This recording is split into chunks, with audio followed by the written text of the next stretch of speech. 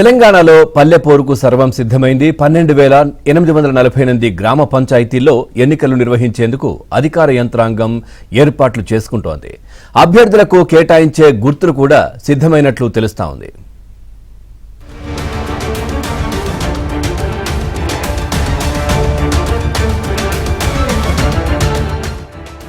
తెలంగాణలో పల్లెపోరుకు అధికార యంత్రాంగం సిద్ధమవుతోంది. గ్రామ పంచాయతీ ఎన్నికల నిర్వహణకు అవసరమైన కసరత్తు చేస్తోంది. నోటిఫికేషన్ ఎప్పుడొచ్చినా ఎన్నికల ప్రక్రియను సజావుగా చేపట్టడానికి సమాయత్తమవుతోంది.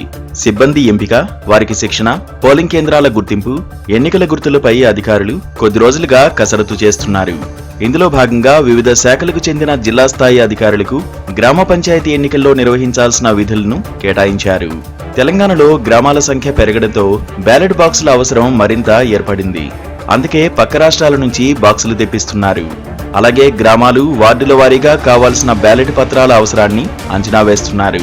పోలింగ్ కేంద్రాల ఎంపిక ఇప్పటికే పూర్తయింది. ఇక ఎన్నికల్లో విధులు నిర్వహించడానికి ఉపాధ్యాయులతో పాటు ఇతర శాఖల ఉద్యోగుల్ని గుర్తించారు. పలుచోట్ల సిబ్బందికి శిక్షణ కొనసాగుతోంది. ఇక ఎన్నికల బరిలో నిలిచే అభ్యర్థులకు కేటాయించే గుర్తులు కూడా సిద్ధమైనట్టు సమాచారం. గ్రామ పంచాయతీ ఎన్నికలకు సంబంధించి గుర్తులపై తుది కసరత్తు పూర్తయింది. సర్పంచ్ అభ్యర్థులకు 30 గుర్తులు, వార్డు సభ్యులకు 20 గుర్తులను ఆమోదించినట్లుగా తెలుస్తోంది. దాదాపు ఇవే గుర్తులు ఖరారయ్యే అవకాశం ఉంది.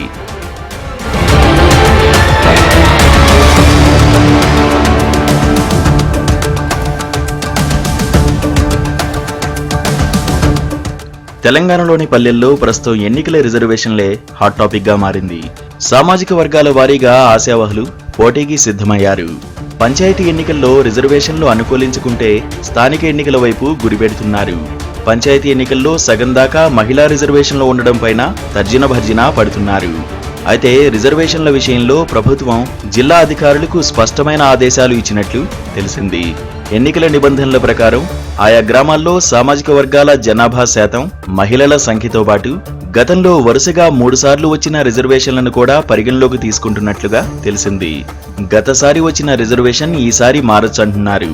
తమ గ్రామానికి ఫలానా రిజర్వేషన్ను కేటాయించాలని అధికారులకు వినతి పత్రాలు కూడా అందజేస్తున్నారు. మొత్తంగా ఎన్నికల కోడ్ వెలువడక ముందే రిజర్వేషన్ల అంశం పల్లెల్లో ఉత్కంఠ రేపుతోంది.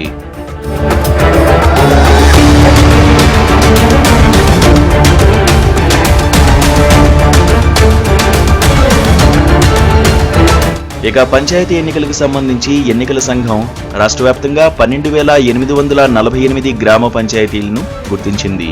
వీటన్నిటికీ ఎన్నికలు జరగనున్నాయి.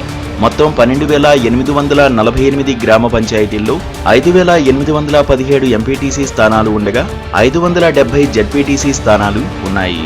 రాష్ట్రంలోనే అత్యధికంగా నల్లగొండ జిల్లాలో 868 గ్రామ పంచాయతీలు ఉండగా అక్కడ 352 ఎంపీటీసీ స్థానాలు, 33 జెడ్పీటీసీ స్థానాలు ఉన్నాయి. ఇక మేడ్చల్, మల్కాజ్గిరి జిల్లాల్లో అత్యల్పంగా 34 గ్రామ పంచాయతీలు ఉన్నాయి. ఈ జిల్లాలో 19 ఎంపీటీసీ, 3 జెడ్పీటీసీ స్థానాలకు ఎన్నికలు జరగనున్నాయి.